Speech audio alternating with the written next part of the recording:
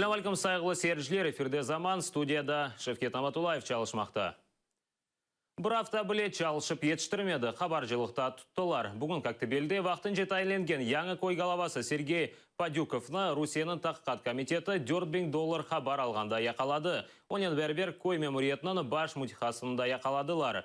Падюковны кой шура рейс вазифесіне вақтын же кечкен авто тайылнеген еділер. Ондан evvel чалышқан мэр Ростислав Сторожик тек бір қачай чалышып етіштірді. Августың 7-сінде оны асылы таптылар. Ахмеджеттің меркези район махкемесі Крым автотранс шіркетінің елбашысы Владислав Грицак үшін да бір айға апстет тұтып мұдетіні девам еттірді. Грицак вазифесіні өз менфатларында қоланғанында қабатлана. Сан-Кио яқын олған шіркетке файызсыз 8,5 миллион рубле берген. Таққат ичбір делелеріні бермезден Грицакны апстет тұтмақ керек олғанны талап етті. Қабаты таздықланса, оны 4 жылға қадар апсте қалдыра білелер. Следователи нам были предложены предложения об изменении меры пресечения с заключения под стражу на даже подписку о невыезде. В этом случае Владислав Николаевич должен был признать свою вину и избирать особый порядок. Владислав Николаевич считает себя невиновным, защита аналогичным образом считает себя невиновным, поэтому признаваться в том, чего не совершали ради свободы, Владислав Николаевич не захотел. Евромайдан активист Александр Костенко адвокаты апелляцион махкемесіне яңы делилерін азырлай. Махкеме топлашығы августың 26-сында кешірілмек керек. Костенканы 4 ел ве 2 айға апске алдылар. Оны Киевте кечкен сене февральда олған күтлеви қалабалықларда иштирак еткені үшін қабатлайлар. Таққат избатлағанна көре о вақыт Александр Санкт-Петербург хадиміне таш атқан. Бұне бәрабер активистны яқалаған вақытта оның евінде силя таптылар. Когда проводили осмотр квартиры Костенко, в которой проживали Костенко, и в ходе этого осмотра якобы был найден ствол.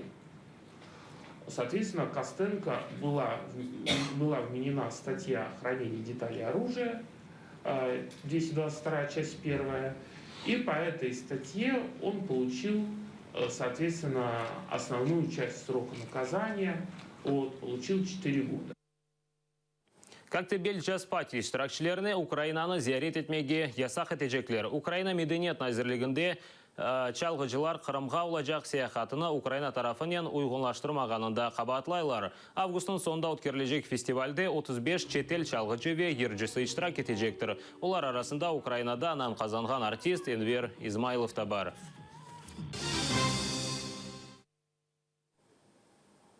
Паралар қайда? Бойлесуалнен Путин түневін Ялтада өткерілген Госсоветінің президиум топлашуында мемурларына тенқит етті. Путин Қырым медениеті үшін айрылған 1 миллиард 600 миллион рубле аққында сұрады. Параларны та кечкен сене сентябрьде айырған екенлер, ләкин Қырымға олар ойледе келіп шықмаған. Я просил правительство отдельно предусмотреть средства на развитие учреждений культуры в Крыму. И средства выделяются, как они используются? Да, у нас 1,6 миллиарда на этот год, которые, правда, до Крыма еще не дошли. Но зато детально расписаны вплоть до копейки, какое учреждение, как должно. А что же не дошли-то? Ну, там Минкрым, согласование, вот. Уже у нас август, середина августа. Как? В сентябре прошлого года мы по учреждениям это уже расписали. Ну, расписали, деньги-то где? Где деньги? Деньги в росписи Министерства культуры. Почему они не в учреждениях, там, не в бюджете Крыма? Это загадка для нас.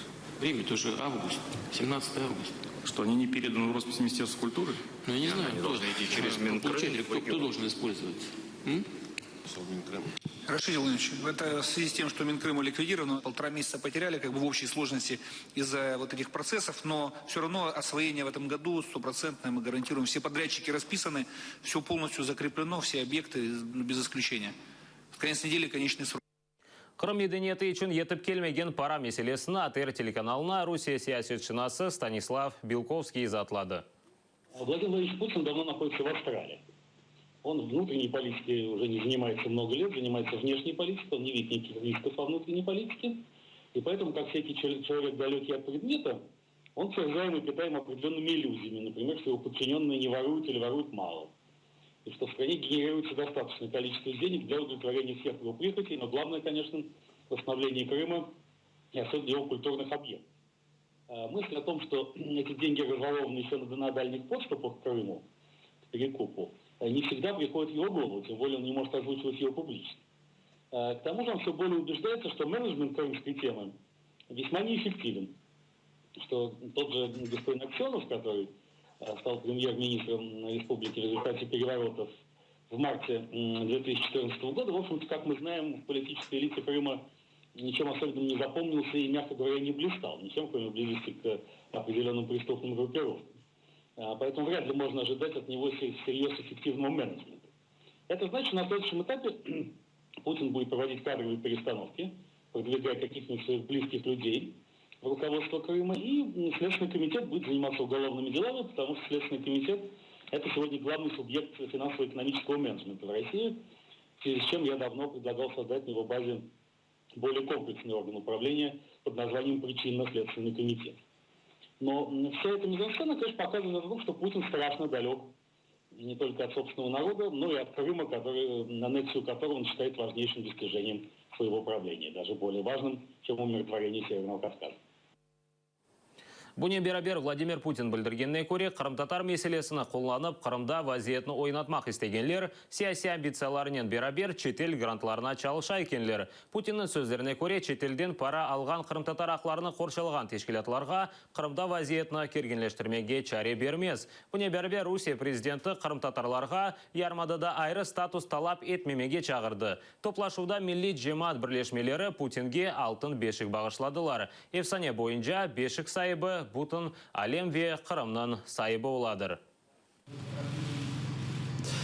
В заключении этой встречи с диаспорами представители народности Крыма подарили Путину алтын-бешик. Это переводится с крымско-татарского как «золотая колыбель». По легенде, примерно 1000 лет назад крымский князь спрятал ее в пещере. И легенда гласит, кто ее будет искать, тому будет беда, а кто ее найдет, будет обладать Крымом. И вот копию этой золотой колыбели сегодня подарили Владимиру Путину.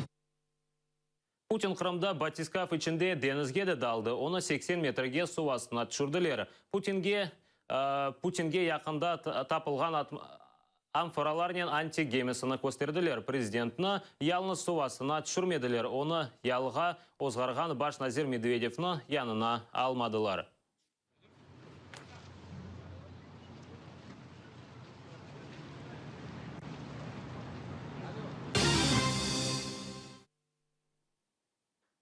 Бұл вақтысе Москвада инсанлар наразылық өткерді. Путин бар, аш керек ме? Москва сакинлері бөлеші әрінен акцияға шықтылар. Радио Свобода білдіргеніне көре активистлер Москваның Манеж мейданында нұмайыш кешірділер. Олар Путин Авропа шайтларына қаршы көрсеткен санкцияларнен мемнун дегелер. Нұмайышны көргенлер акцияға фаал қошылдылар. Мы хотим сообщить о том, что в стране больше 25 миллионов людей, которые живут за чертой бедности. В это время Путин сделал санкцию против своего народа и уничтожает еду. Очень хорошо реагируют на этот плакат прохожие, прямо очень бурно, я даже не ожидала. Если раньше все кидались и вырывали плакаты, то сегодня все улыбаются. Я не могу назвать это даже тоталитарным режимом полноценным.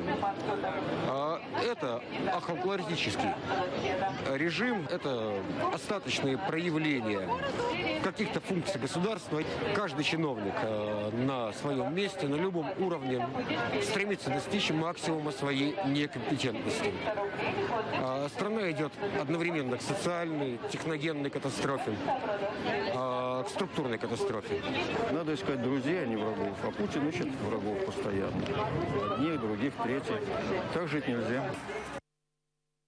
Киевде ату аскерлері ве қачақлар үшін сербес инсанлар еві açılды. Бұл ев Крым-сос, Восток-сос, Новый Донбасс ве Иш-Қыдыров мерkezini бір ерде топлады. Шымды қачақлар бір бинада юридик ярдымына ве иш арай білелер. Жемат тешкілет елбашылары еминлер бір мерkezде инсанларының меселелеріні тезжа чезе білелер.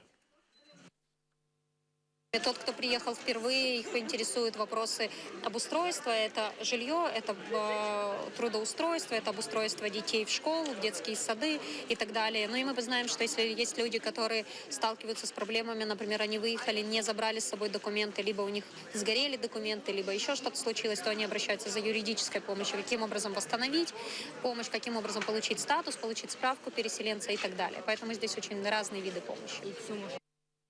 Ярмадада юл арекет қайделеріні ең чоқ қырымнан Рус мемориетінің парламент, акимет ве чешік назірлік қадемлері бозмақта. Бөлек көстергечлеріні стопхам арекеті өткерген талил нәтижесі көстерді.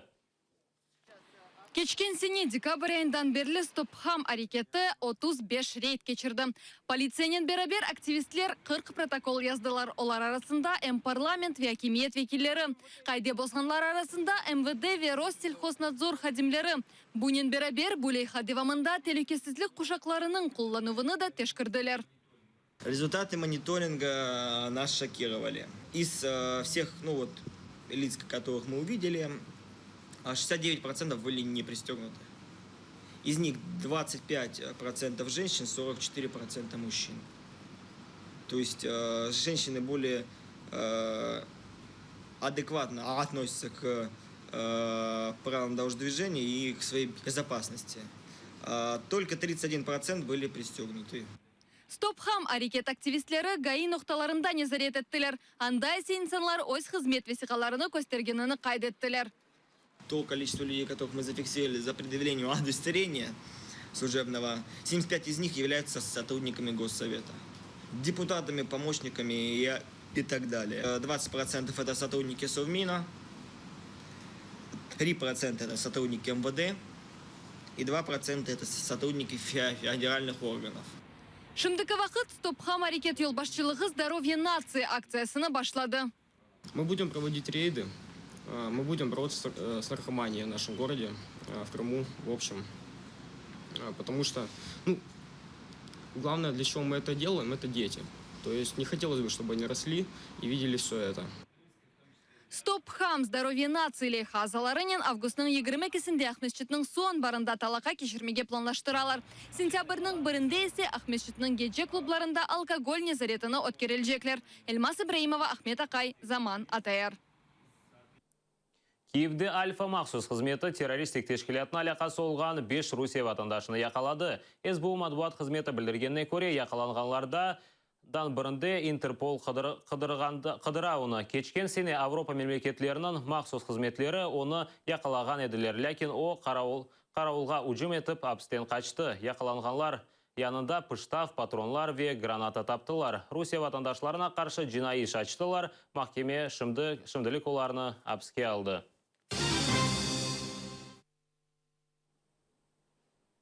Бангкоктың мерkezінде патлав нәтижесінде елек олғанларының сайысыны белгілейлер. Сонки олған малиматқа көре, ең азындан 22 инсан елек олды, олар арасында 8 шетел ватандашы, 120 инсандан зияде яраланды. Террорист самасы yol камерасына түшті, ләкин Таиланд махсус қызметшілері жинайчыны аляда белгілеп оламайлар. Ешбір террористік тешкілаты месулетлікні оз бойына алмады. Экспертлер қайдеткеніне көре, мерkezде демір борусына сақланған 2 бомба патлады. Таиланд акиметі теракт мемлекетінің иқтисадияты ве туризм саасыны бозмақ үшін япылғандыр деп қайдетті. Америка Қошма Штатлары Каримовларынан ЕСТ олған $1 миллиард блок етмеге талап еті. Америка акиметі 5 Авропа мемлекетлеріне мұражат етті. Бұл іш бойынша Русияның МТС ве Вимпелком компаниялары Өзбекстан акиметіне мемлекетте чалышмақ үшін хабар бергенде қабатлайлар. Баз матбуат васалары білдіргенне көре операторлар параларыны дигер тешкілатлар ярдымынен Өзбекстан президентінің қызы Гульнара Каримоваға бергенлер.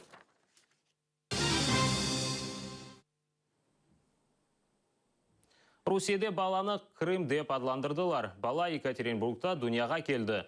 Бұл еген сон оны Крым Александрович деп мұражат ежеклер. Эксперттер білдіргенне көре Совет девірінде тарихи вақияларнен бағылы чоқ бензеген адлар береділер. Мисал оларақ о девірлерде балаларға Октябрина, Драздаперма, Тракторина деп адландырайдылер.